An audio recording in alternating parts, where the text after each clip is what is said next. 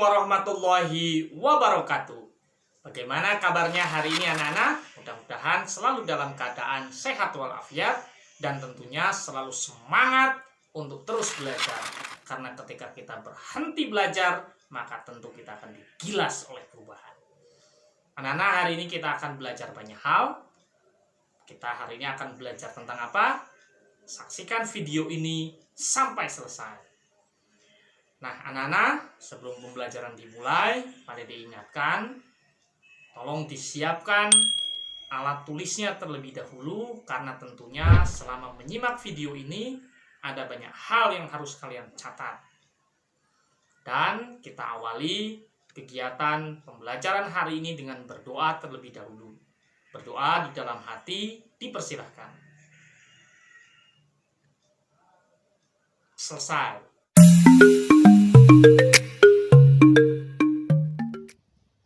Nah, anak-anak, hari ini kita akan belajar apa ya?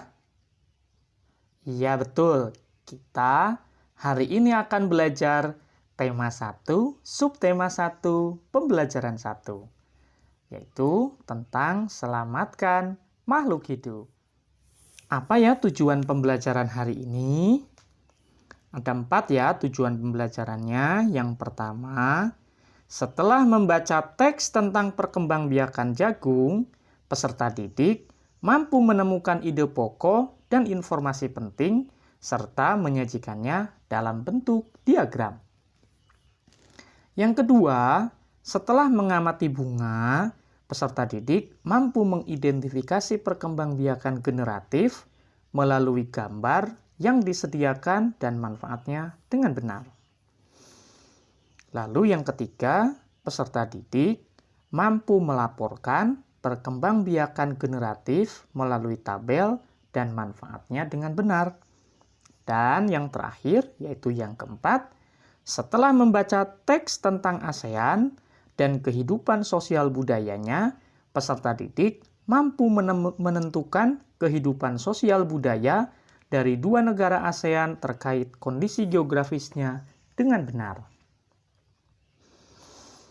Nah, Pak Dede ingin mengajak kalian coba perhatikan berbagai tumbuhan di sekitarmu.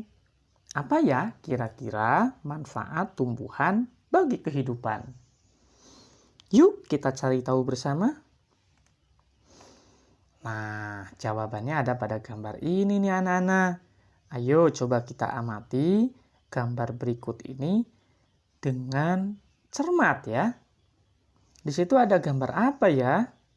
Iya betul, ada sapi. Terus ada apa lagi? Iya, ada kerbau, ada burung, ada ayam, ada kelinci, ada petani ya. Kemudian ada anak-anak yang sedang berlarian. Petaninya sedang apa ya? Ya betul ya, ada yang sedang memanen wortel itu ya. Kemudian ada yang sedang menyemprotkan pestisida. Nah, anak-anak, coba kalian perhatikan sapi dan kerbaunya itu sedang apa? Iya betul ya, sedang makan rumput. Wah, ternyata rumput kan tumbuhan. Berarti sangat bermanfaat sekali nih. Sangat diperlukan sekali oleh sapi, kerbau. Lalu lihat, wortel itu dimakan oleh kelinci, berarti wortel tentu sangat dibutuhkan oleh kelinci ya. Burung-burung bisa hinggap di pohon, berterbangan. Ternyata itu sangat berguna sekali ya bagi burung-burung. Baik. Dan tentunya manusia juga akan makan beras ya, makan nasi ya. Padi diolah menjadi beras, kemudian beras dimasak menjadi nasi, dan kemudian dimakan oleh manusia. Wah, ternyata tumbuhan itu sangat diperlukan sekali ya oleh makhluk hidup ya, bukan hanya manusia. Nah, anak-anak, coba kalian buat 2 pertanyaan mengenai tumbuhan sebagai sumber kehidupan. Pak Dede berikan contoh ya. Yang pertama, apakah manusia dan hewan memperoleh manfaat dari tumbuhan? Kemudian yang kedua, apa manfaat tumbuhan bagi manusia? Nah, sekarang Pak Dede akan mengajak kalian bersama-sama untuk membaca sebuah bacaan. Ini judulnya apa ya? Ya betul ya, sudah tertera, yaitu bagaimana jagung berkembang biak. Langsung saja ya, kita baca bersama-sama. Jagung merupakan salah satu tanaman yang dijadikan bahan makanan pokok di berbagai negara, salah satunya di Indonesia. Di Indonesia, penduduk Pulau Madura menjadikan jagung sebagai makanan pokoknya. Jagung merupakan salah satu tanaman penghasil karbohidrat yang sangat diperlukan oleh tubuh. Wah, ternyata orang yang tinggal di Madura itu jagung ya makanan pokoknya anak-anak. Dan jagung ternyata menghasilkan karbohidrat. Kita lanjut ya ke paragraf berikutnya. Seorang petani jagung memulai pembiakan tanamannya dengan menanam biji jagung. Setelah 3-4 hari, bakal tanaman akan muncul di permukaan tanah. Tanaman jagung akan terus tumbuh menjadi besar. 3 hingga 3,5 bulan, buah jagung dapat dipanen oleh petani. Buah jagung yang berbentuk seperti tongkol pada mulanya berupa sekuntum bunga. Oh, ternyata begitu ya anak-anak ya. Panen jagung itu kalau dia sudah berumur 3 sampai 3,5 bulan ya. Nah, kita baca ya paragraf selanjutnya. Bunga jagung memiliki helai-helai rambut halus pada bagian ujungnya. Pada helai rambut tersebut terdapat tepung sari. Tepung sari akan terbang terbawa angin ketika angin bertiup. Tepung sari yang terbawa angin sebagian akan jatuh di kepala putik yang terletak di bagian bawah bunga pada pohon jagung yang lain. Ketika itulah terjadi pembuahan. Oh, begitu ternyata ya proses pembuahannya. Ternyata tepung sarinya dibawa oleh angin dan jatuh pada kepala putik ya. Baik, kita lanjutkan lagi ya. Masih tetap semangat ya. Setelah terjadi pembuahan, bunga jagung tersebut terus berkembang hingga menjadi buah jagung. Perkembangan itulah yang dapat diamati dari waktu ke waktu. Buah jagung akan siap dipanen ketika rambut jagung sudah berwarna kecoklatan dan bagian tongkolnya sudah mengering. Apabila buah jagung tersebut dikupas akan memperlihatkan biji jagung yang kekuningan. Bagian yang dimakan oleh manusia adalah biji jagung. Oh, ternyata begitu ya. Cirinya buah jagung itu sudah siap dipanen itu rambutnya berwarna kecoklatan, tongkolnya mengering, dan bijinya sudah berwarna kekuningan ternyata ya, anak-anak ya. Oke, kita lanjut ke paragraf berikutnya. Supaya jagung selalu tersedia sebagai bahan makanan manusia, maka petani jagung harus menanam kembali sebagian biji jagung dari hasil panen. Biji jagung yang tua dapat ditanam kembali. Dari sinilah akan dimulai lagi perkembangbiakan jagung. Wah, betul ini ya. Jangan semuanya dimakan, nanti habis. Terus gimana kalau mau menanam kembali? Maka harus disisakan ya. Biar tanam kembali, kemudian nanti perkembangbiakan jagung bisa terus-menerus dilestarikan. Nah, anak-anak, sesuai dengan tujuan pembelajaran di awal, ada yang masih ingat tadi? Ya, betul ya. Menentukan ide pokok dan informasi penting dari sebuah bacaan. Apa sih ya ide pokok itu? Dan apa pula informasi penting itu? Nah, ide pokok atau gagasan utama adalah ide atau gagasan yang menjadi pokok pengembangan paragraf. Nah, jadi ide pokok itu nama lainnya adalah gagasan utama ya anak-anak ya. Dan dia menjadi pokok untuk mengembangkan paragraf. Sesuai dengan namanya ya, ide pokok.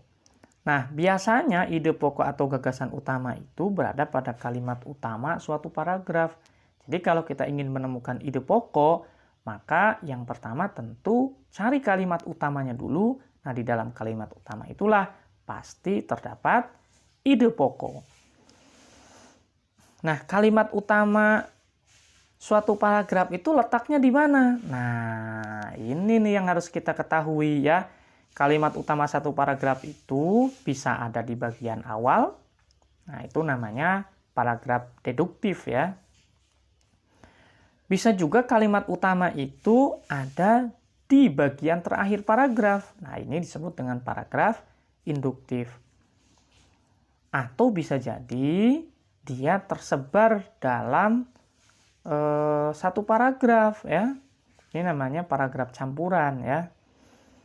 Baik, setiap satu paragraf itu hanya terdapat satu ide pokok. Nah, lalu apa sih informasi penting itu? Informasi penting dalam sebuah paragraf adalah sesuatu yang dapat diambil dan dimaknai oleh pembaca sebagai sesuatu yang baru dan bersifat informatif setelah membaca sebuah paragraf. Informasi penting biasanya ada pada kalimat utama yang kemudian diperinci oleh kalimat-kalimat penjelas.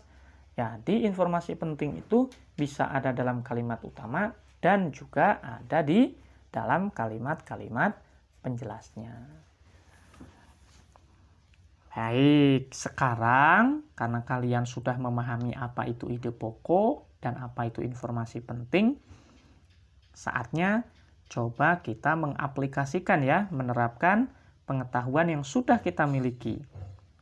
Mari kita tuliskan ide pokok dan informasi penting dari teks yang sudah kita baca. Masih ingat nggak judulnya apa ya? Ya betul ya, yaitu bagaimana jagung berkembang biak. Nah, ide pokok dan informasi penting itu kita tuliskan dalam diagram yang tampak di layar HP kalian ya. Nah, mari kita mengamati paragraf pertama. Jagung merupakan salah satu tanaman yang dijadikan bahan makanan pokok di berbagai negara, salah satunya di Indonesia. Di Indonesia, penduduk Pulau Madura menjadikan jagung sebagai makanan pokoknya. Jagung merupakan salah satu tanaman penghasil karbohidrat yang diperlukan oleh tubuh. Kira-kira kalimat utamanya ada di awal, di akhir, atau campuran ya? Di mana yuk? Iya betul ya, ada di awal ya. Berarti ide pokoknya pasti ada pada kalimat yang pertama. Kalian sudah bisa menebak apa ide pokoknya? Iya betul, ide pokoknya adalah jagung merupakan salah satu tanaman yang dijadikan bahan makanan pokok di berbagai negara, salah satunya adalah Indonesia. Nah, apa informasi penting pada paragraf pertama ini? Di antaranya adalah jagung makanan pokok di berbagai negara, termasuk Indonesia, tepatnya Madura ya, dan jagung juga menghasilkan karbohidrat. Kita lanjutkan pengamatan kita pada paragraf kedua ya. Coba kita amati ya. Seorang petani jagung memulai pembiakan tanamannya dengan menanam biji jagung. Setelah 3-4 hari bakal tanaman akan muncul di permukaan tanah. Tanaman jagung akan terus tumbuh menjadi besar. 3 hingga 3,5 bulan buah jagung dapat dipanen oleh petani. Buah jagung yang berbentuk seperti tongkol pada mulanya berupa sekuntum bunga. Di mana ini ya kalimat utamanya? Di awal, di akhir, atau campuran ini ya? Iya betul ya. Jadi kalimat utamanya ada pada awal paragraf ya. Nah berarti kita sudah bisa menentukan ide pokok nih ya. Berarti ide pokoknya ada pada kalimat yang pertama. Sudah bisa menebak apa kiranya? Iya betul ya. Ide pokok pada paragraf kedua ini adalah jagung dikembangbiakan dengan biji. Nah, informasi pentingnya, bakal tanaman jagung baru muncul itu 3-4 hari berikutnya ya.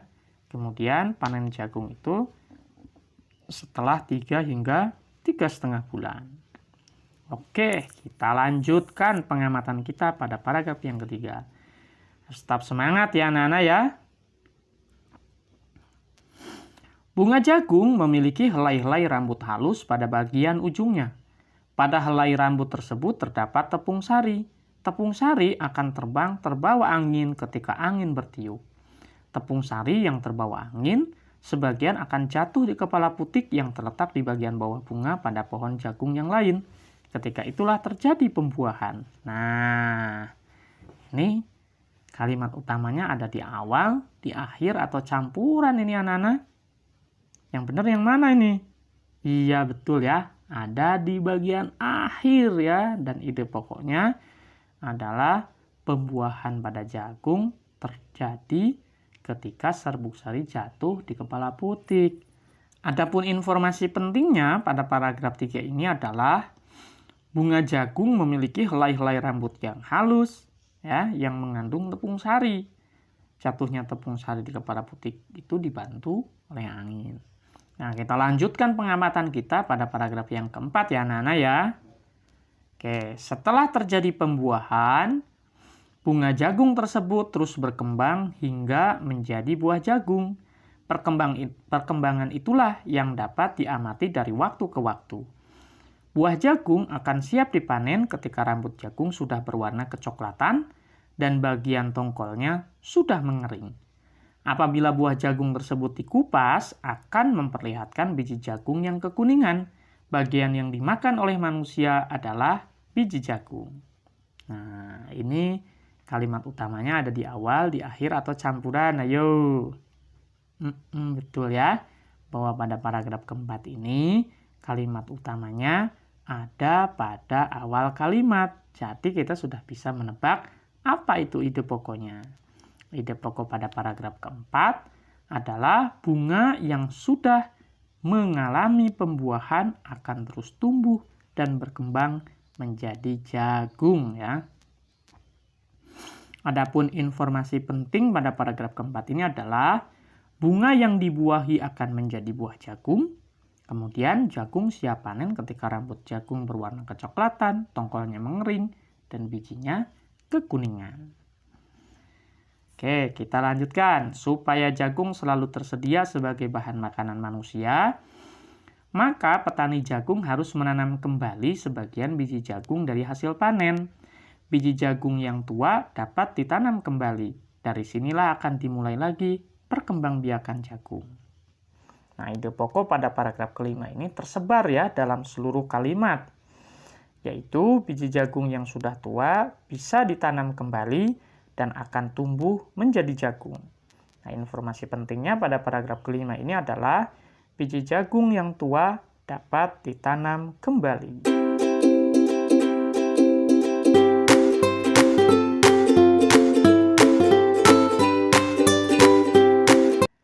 Anak-anak, Pak Dede ingin mengajak kalian untuk mengamati gambar yang tampak pada layar ya. Ini gambar apa ya? Betul, ini adalah gambar bunga. Coba kalian amati bagian-bagian yang ada pada bunga. Ada apa saja ya? Betul ya, tuh ada mahkota, kemudian ada benang sari. Benang sari itu terdiri dari kepala sari dan tangkai sari. Kemudian ada juga putik ya, terdiri dari kepala putik dan tangkai putik. Kemudian ada kelopak, ada bakal biji, ada dasar bunga, dan tangkai bunga. Nah, selanjutnya perkembangbiakan generatif ya. Perkembangbiakan generatif ini adalah perkembangbiakan secara kawin. Nah, terjadinya itu melalui proses penyerbukan dan pembuahan. Perkembangbiakan generatif pada tumbuhan diawali dengan penyerbukan. Apa itu penyerbukan ya? Penyerbukan itu adalah melekatnya atau jatuhnya serbuk sari ke kepala putik. Itulah yang disebut dengan penyerbukan. Apa yang terjadi kalau sudah terjadi penyerbukan? Nah, kalau penyerbukan itu sudah terjadi, maka pada serbuk sari tumbuh buluh serbuk sari yang menuju ke ruang bakal biji. Nah, kemudian serbuk sari itu akan masuk ke ruang bakal biji melalui buluh serbuk sari. Nah, kemudian di ruang bakal biji itu terjadilah yang namanya pembuahan. Apa ya pembuahan itu? Pembuahan adalah peleburan serbuk sari, yaitu berupa sel kelamin jantan dengan kepala putik yang merupakan sel kelamin betina. Hasil dari pembuahan itulah yang disebut dengan zigot. Lalu zigot akan berkembang menjadi lembaga, lalu kemudian berkembang lagi menjadi bakal biji, lalu berkembang lagi menjadi biji dan bakal buah. Dan akhirnya kemudian berkembang menjadi daging buah. Ternyata daging buah itu begitu ya prosesnya. Kalau kalian makan buah mangga, nah daging buah itu runtutannya seperti yang tadi dijelaskan ya. Nah, kemudian lembaga yang berada di dalam biji merupakan calon tumbuhan baru ya. Tumbuhan yang berkembang biak secara generatif itu contohnya apa saja? Contohnya padi, mangga, durian, jambu, termasuk jagung juga ya, dan lain sebagainya. Nah, sekarang coba amati lingkungan di sekitarmu. Temukan satu jenis tumbuhan yang sedang berbunga, kemudian coba kalian gambar bagian-bagian bunga tersebut, lalu tuliskan cara penyerbukannya pada kolom berikut ini. Ada ingin memberi contoh ya. Gambar bagian bunga, ada yang tahu ini bunga apa? Ya betul, ini adalah kembang sepatu ya Nana. Di sana ada benang sari, ada putik, ada mahkota bunga, ada kelopak, ada tangkai bunga juga ya. Nah, sekarang kita bahas cara penyerbukannya. Bunga kembang sepatu adalah bunga yang memiliki morfologi sebagai tanaman perdu tegak. Penyerbukan pada bunga sepatu terjadi pada saat serbuk sari jatuh pada putik. Bagian serbuk sari bunga kembang sepatu ini pada berbagai warna hampir sama, yaitu berwarna kuning ya, serbuk sarinya itu. Sedangkan putik bunga kembang sepatu ini memiliki warna yang berbeda dari serbuk sari, dan biasanya dia adanya di tengah-tengah karena dikelilingi oleh serbuk sari. Penyerbukan pada bunga sepatu biasanya dibantu oleh angin dan hewan seperti lebah dan kupu-kupu. Nah, sekarang Pak Dede ingin mengajak kalian untuk berpikir, kira-kira apa manfaat perkembangbiakan generatif ya? Ada yang sudah tahu? Nah, mari kita cek sama-sama ya, manfaat perkembangbiakan generatif. Manfaatnya adalah dapat melakukan pengembangan varietas tanaman baru dengan penyilangan, menghasilkan bibit yang memiliki akar dan batang kuat, melestarikan keanekaragaman hayati, serta menghasilkan tanaman yang lebih tahan lama. Coba bayangkan seandainya tumbuhan tidak berkembang biak, apa yang akan terjadi? Wah, lama-lama akan habis ya tanaman. Kalau tanaman atau tumbuhan sudah habis, manusia dan hewan juga akan terancam ya, karena itu adalah salah satu sumber makanan, juga yang paling terpenting adalah sebagai sumber oksigen ya tentunya. Nah, Nana, gambar yang paling atas itu masih ingat gambar apa? Iya betul ya, masih ingat. Ini adalah kembang sepatu ya, karena tadi barusan kita bahas. Kemudian kalau yang di bawah apa ini? Betul, ini adalah bunga Kamboja. Nah, bunga itu tidak hanya tumbuh di Indonesia ternyata, Nana. Di negara-negara tetangga pun banyak ya bunga yang indah, bunga yang cantik ya. Karena memang secara kondisi geografis itu kita itu hampir sama ya. Maka bunga-bunga yang tumbuh di negara-negara tetangga itu juga tidak jauh berbeda jenisnya. Nah, mari kita perhatikan jenis-jenis bunga yang tumbuh di negara-negara tetangga. bunga kembang sepatu ini ternyata tidak hanya di Indonesia anak-anak tumbuhnya, tapi juga di Malaysia. Dan bunga ini dapat digunakan sebagai pewarna loh. Di Malaysia, bunga kembang sepatu dinamakan bunga raya dan ternyata merupakan bunga nasional anak-anak.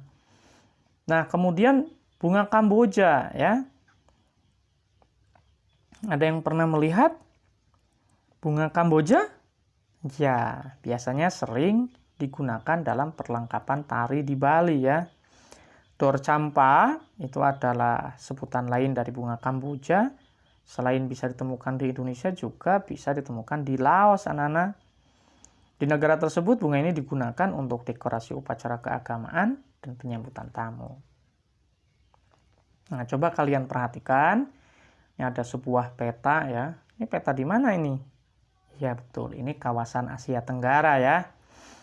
Itu ada bendera-bendera negara di kawasan Asia Tenggara. Coba kita perhatikan ada bendera apa saja ini. Ada Myanmar, ada Laos, ada Thailand, Vietnam, Kamboja, Filipina, ada Malaysia, ada Brunei Darussalam, ada Singapura, nah ada Indonesia, dan ini negara apa? Ada Timor Leste ya. Jadi ada berapa ini? Kita hitung sama-sama. Ada 11 ya. Oke. Nah, di kawasan Asia Tenggara itu ternyata ada sebuah organisasi internasional namanya ASEAN loh anak-anak. Jadi ASEAN itu apa ya? ASEAN itu adalah sebuah organisasi internasional yang anggotanya itu adalah negara-negara di kawasan Asia Tenggara. Nah, mungkin kita bertanya-tanya, kenapa ya negara-negara di kawasan Asia Tenggara ini bersatu dan membentuk ASEAN? Nah, diantaranya karena adanya persamaan letak geografis dan kemiripan budaya anak-anak, termasuk juga punya kepentingan yang sama tentunya untuk memajukan pertumbuhan ekonomi, sosial budaya, serta menjaga keamanan kawasan Asia Tenggara. Makanya pada tahun 1967 ASEAN itu didirikan ya atas dasar deklarasi Bangkok, dan waktu itu ada 5 negara yang terlibat dalam diskusi menjadi pencetus dan pendiri organisasi ini. Ada yang tahu 5 negara itu dan siapa tokoh yang mewakili setiap negara? Yuk kita cari tahu. Ternyata 5 negara yang menjadi anggota pertama ASEAN di tahun 1967 itu adalah Indonesia. Wah, keren ya, Indonesia ternyata menjadi salah satu dari 5 negara yang menjadi pencetus dan pendiri ASEAN. Selain Indonesia apalagi? Malaysia, Thailand, Singapura, dan Filipina. Nah, kemudian siapa ya tokoh-tokoh yang mewakili dari 5 negara itu? Indonesia diwakili oleh Adam Malik. Malaysia diwakili oleh Tun Abdul Razak, dari Thailand yaitu Tanat Koman, dan dari Singapura yaitu S. Rajaratnam, terakhir dari Filipina yaitu Narciso Ramos. Ngomong-ngomong tentang negara-negara kawasan ASEAN, mari kita cari tahu bagaimana kehidupan sosial budaya masyarakat ASEAN ya. Baik, kita mulai dengan negara Brunei Darussalam. Nah, di Brunei Darussalam ini ada yang disebut dengan Kampung Anyar ini anak-anak. Apa itu Kampung Anyar ya? Kampung Anyar adalah desa terapung di Brunei Darussalam. Tahun 1400, Kampung Anyar sempat menjadi pusat pemerintahan. Saat ini banyak penduduknya yang memiliki perahu pribadi dan disimpan di bawah rumah apung mereka. Nah, budaya Brunei sendiri banyak dipengaruhi oleh ajaran Islam ya, dan mayoritas penduduknya adalah orang Melayu. Kata Brunei Darussalam itu tuh terdiri dari 2 kata ya. Kata Brunei sendiri berasal dari kata nah baru yang diucapkan oleh Awang Alak Betatar, yaitu penemu negara ini. Adapun kata Darussalam berarti tempat yang damai atau rumah keamanan. Nah, dalam kepercayaan menunjuk dengan jari telunjuk di Brunei itu dianggap kasar ya, maka jangan lakukan itu ya. Kemudian secara tradisional orang Brunei tidak berjabat tangan dengan lawan jenis. Pria dan wanita itu tidak berjabat tangan ya. Kemudian melepaskan sepatu adalah kebiasaan umum orang Brunei sebelum memasuki rumah orang lain. Baik, kita lanjut ke Malaysia. Di Malaysia ada patung Dewa Murungga ya. Patung ini ukurannya 42,7 meter, anak-anak. Patung ini terletak di batu Caves, gua yang merupakan salah satu kuil Hindu di luar India yang paling populer yang didedikasikan untuk Dewa Murungga. Nah, Malaysia itu memiliki kota yang bernama Georgetown, yaitu kota yang terdaftar dalam UNESCO World Heritage. Nah, kota ini terletak di Pulau Penang ya. Georgetown itu apa? Georgetown itu adalah kota yang memiliki ragam jenis budaya. Banyak gedung peninggalan masa Eropa dan bangunan bernuansa Melayu Tionghoa ya. 3 kaum utama di Malaysia adalah Melayu, Cina, dan India. Musik tradisionalnya banyak dipengaruhi oleh budaya Cina, Islam, India, dan Indonesia. Makanan khasnya pasti kalian semua tahu apa itu? Iya betul ya, nasi lemak ya. Baik, kita lanjutkan ke Filipina. Nah, Filipina itu budayanya ternyata hasil perpaduan antara budaya barat dan timur ya. Budaya baratnya dari Spanyol dan budaya timurnya itu dari budaya Melayu dan Cina ya, Nana.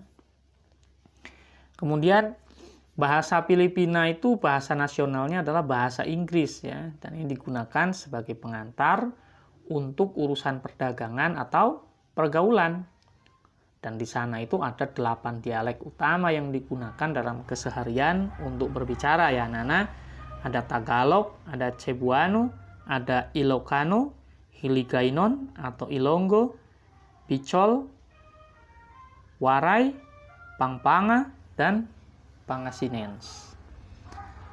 Kemudian ada sebutan di Filipina itu untuk orang yang lebih tua, yaitu Po dan Opo ya. Kalau di tempat kita ini di Jawa, Opo itu artinya apa ya? Ternyata di sana untuk sebutan kepada orang yang lebih tua. Nah, mereka memanggilnya dengan menggunakan kata-kata seperti kuya, ate, manong, atau manang ya, yang menunjukkan rasa penghormatan. Kalau di Brunei Darussalam, mereka antar lawan jenis tidak berjabat tangan. Nah, kalau di Filipina, justru jabat tangan adalah bentuk salam yang paling sering dijumpai ya. Kemudian ada satu tarian di Filipina yang diambil dari sebuah burung ya, namanya adalah tarian tinikling. Ini menceritakan tentang burung tinikling yang berjalan melompat menghindari perangkap bambu petani padi. Nah, selanjutnya ada Kamboja. Kamboja itu benderanya seperti candi ya, anak-anak ya. Ya, karena memang di Kamboja sendiri banyak candi yang terbuat dari batu. Kemudian dewa-dewa dari agama Hindu dan Buddha terukir pada tembok ya. Ada satu tarian ya yang lahir pada 2000 tahun yang lalu nih di Kamboja, yaitu tari Apsara. Kemudian relief tarian banyak ditemukan di bangunan-bangunan keagamaan di Kamboja. Orang Khmer mengenakan syal kotak-kotak yang disebut krama. Pria dan wanita Khmer mengenakan bandul Buddha pada kalungnya. Tujuannya adalah untuk menjaga dari roh jahat dan membawa keberuntungan. Makanan terkenal Kamboja adalah cha ya, yang berarti tumisan. Wah, ini seperti di Indonesia ya, cak kangkung itu ya tumis kangkung ya. Kemudian berikutnya adalah negara Myanmar. Nah, ada sebutan untuk negara Myanmar yang terkenal. Ada yang tahu? Ya betul ya, yaitu negara 1000 pagoda. Kenapa disebut negara 1000 pagoda? Karena memang ada begitu banyak kuil-kuil Buddha di sana ya, sehingga kita mudah menemukannya. Nah, mayoritas penduduk Myanmar sendiri adalah keturunan Tibet, anak-anak, dan bahasa yang digunakan adalah bahasa Birma.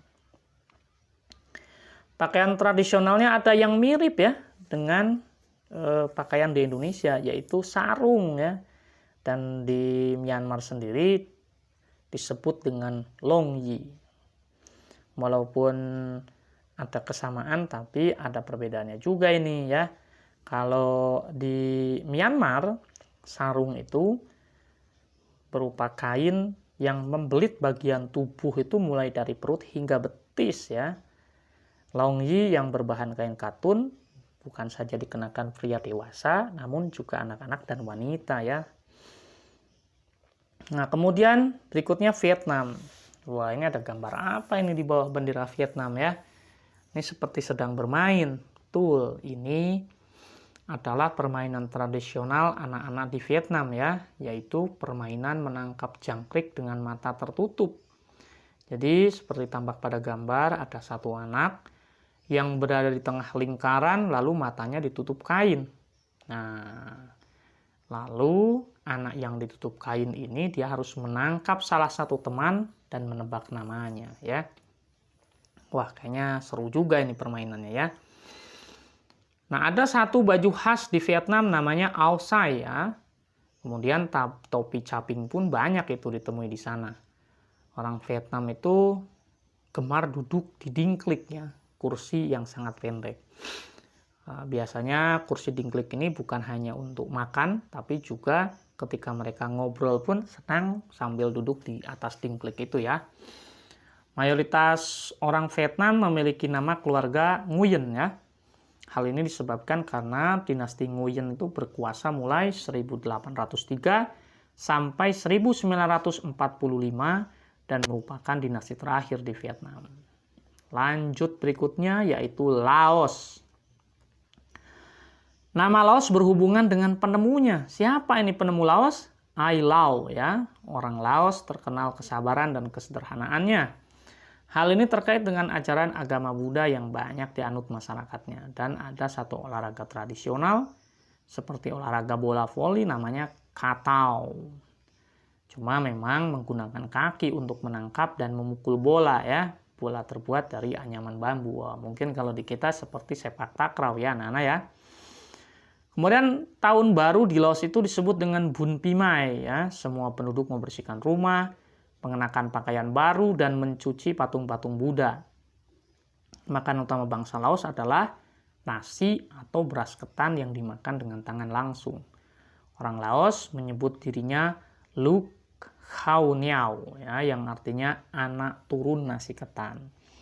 Upacara sakral pemberian sedekah atau sering disebut dengan saibat ya, merupakan upacara di Laos. Para biksu biasanya membawa bakul kecil mengitari sebagian kecil kota untuk menerima sedekah dari penduduk setempat yang mayoritas agamanya Buddha. Berikutnya ada Singapura ya. Singapura memiliki lambang negara yaitu Merlion. Apa itu Merlion? Seperti tampak pada gambar, Merlion itu adalah patung berkepala singa tapi badannya ikan. Nah, menurut mitos, Singapura dahulunya adalah kampung ikan. Kampungnya bernama Temasek, ya, yang berasal dari bahasa Jawa yang artinya lautan. Singapura berasal dari kata Sangsekerta yang berarti kota singa. Nah, penduduk Singapura itu berasal dari Cina, Melayu, India, dan Eropa. Kaum Baba adalah sebutan bagi keturunan Cina Melayu. Singapura memiliki 4 bahasa resmi loh anak-anak, yaitu Melayu, Mandarin, Inggris, dan Tamil. Masyarakat Singapura memiliki budaya jalan kaki. Sekitar 80% masyarakatnya memilih untuk berjalan kaki kemana-mana. Hal ini disebabkan harga kendaraan, yaitu mobil dan bahan bakarnya sangat mahal. Jadi ini berupa penghematan ya anak-anak ya. Kemudian ada satu makanan yang sangat digemari masyarakat Singapura, yaitu kepiting cabai. Waduh, seperti apa ya kepiting cabai ya? Kita jadi penasaran nih. Mungkin ada yang sudah pernah mencoba, pada diri sendiri belum ya. Nah, kita lanjutkan ke Thailand. Thailand adalah satu-satunya negara ASEAN yang tidak pernah dijajah bangsa Eropa ini. Thailand dalam bahasa Thai adalah Prathithai ya, artinya adalah tanah kebebasan. Sejak tahun 1800-an, Thailand merupakan sebuah negara yang berubah nama ya, antara lain Siam ya, dari bahasa Sangsekerta yang artinya gelap, atau coklat dan kemudian jadi Thailand ya. Ramakien adalah cerita nasional Thailand yang mempengaruhi kehidupan masyarakatnya. Di Thailand ada bagian tubuh yang paling dihormati yaitu kepala ya. Jangan sekali-kali berani menyentuh kepala orang Thailand ya, karena itu adalah penghinaan anak-anak. Bahkan kepala anak-anak saja tidak boleh itu dipegang ya. Kemudian kaki itu dianggap sebagai bagian tubuh yang paling hina karena dipakai sebagai alat untuk menapak di tanah. Oleh sebab itu kaki tidak boleh dihadapkan ke patung ya, atau kepada orang lain karena itu dianggap penghinaan. Nah, Indonesia dan Thailand tuh sama-sama punya tradisi minum teh ya.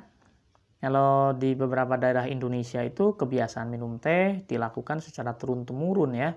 Salah satunya teh yang diseduh di poci lalu disebut sebagai teh poci ya. Di Thailand teh disajikan dengan susu dan rempah-rempah. Teh tersebut dinamakan Thai iced tea ya, Thai iced tea ya. Ini disajikan dingin karena ada esnya. Nah, kemudian berikutnya adalah Timor Leste ya. Timor Leste adalah negara yang terletak di sebelah utara Australia dan bagian timur Pulau Timor. Selain itu, wilayah negara ini juga meliputi Pulau Kambing atau Atauro, Jako, dan Exclave Okiusi Embeno ya di timur barat. Dalam budaya Timor, kelangsungan hidup merupakan hal yang sangat penting. Ini ditandai dengan proses persalinan yang melibatkan kehadiran semua anggota keluarga. Masyarakat Timor masih mempertahankan budaya persalinan tradisional dengan posisi duduk untuk melahirkan. Nah, sebagian besar penduduk Timor bercocok tanam di ladang. Jenis tanaman yang dibudidayakan yaitu jagung, padi, ubi kayu, keladi, labu, sayur-sayuran, kacang hijau, kedelai, bawang, tembakau, kopi, dan jeruk.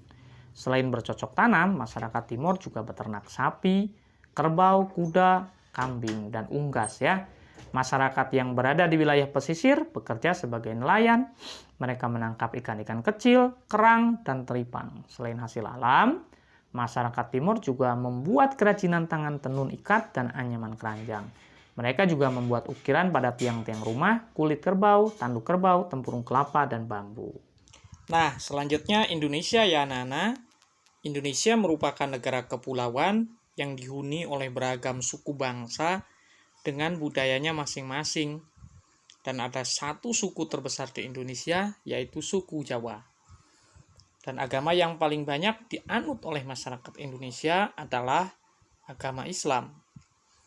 Indonesia, negaranya berbentuk republik dengan kepala negara seorang presiden.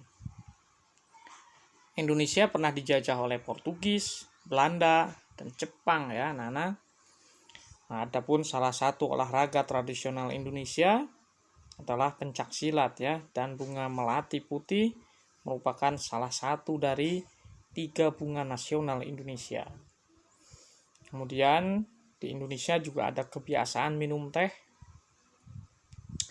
Dan di Indonesia juga ada budaya gotong royong ya, yang merupakan ciri khas bangsa Indonesia.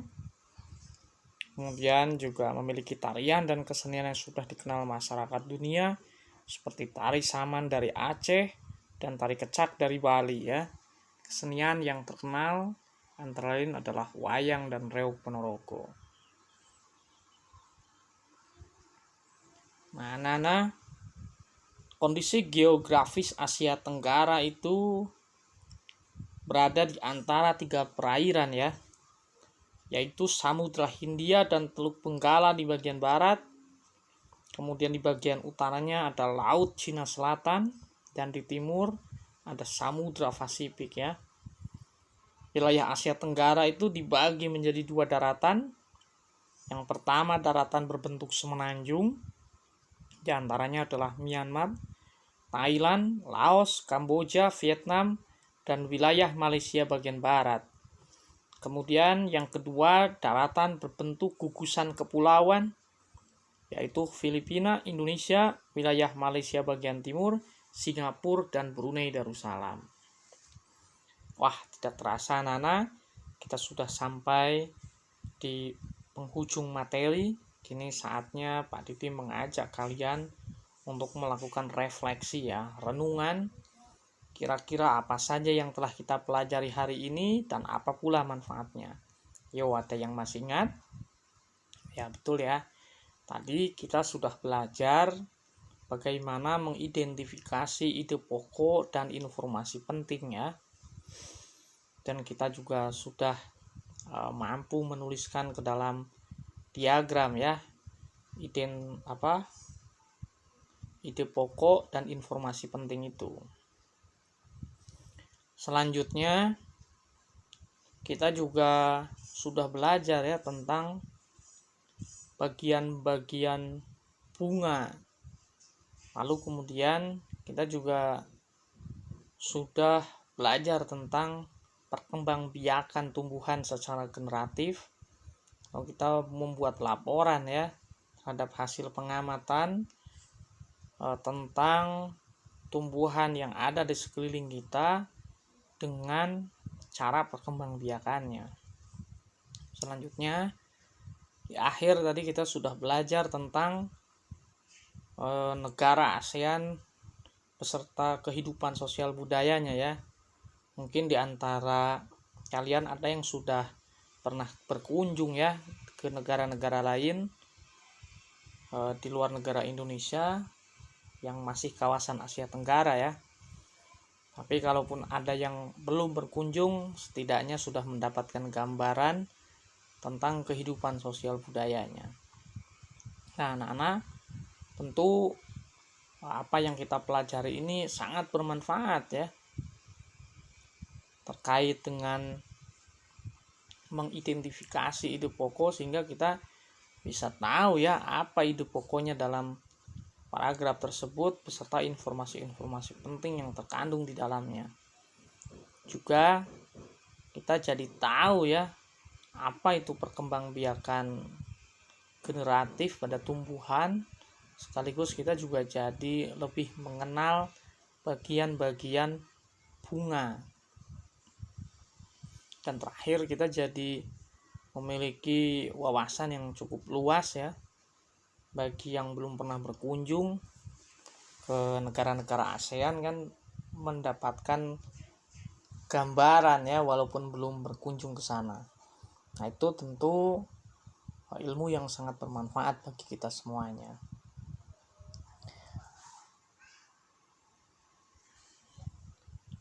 Baik anak-anak, terima kasih Pak Dede menyampaikan kepada anak-anak sekalian yang sudah mengikuti pembelajaran hari ini dengan penuh antusias. Mari kita tutup kegiatan pembelajaran pada hari ini dengan berdoa bersama-sama. Semoga ilmu yang kita pelajari menjadi ilmu yang manfaat dan barokah ya. Baik, berdoa dalam hati dipersilahkan. Selesai, kita tutup dengan bacaan hamdalah bersama-sama. Alhamdulillahirabbil alamin.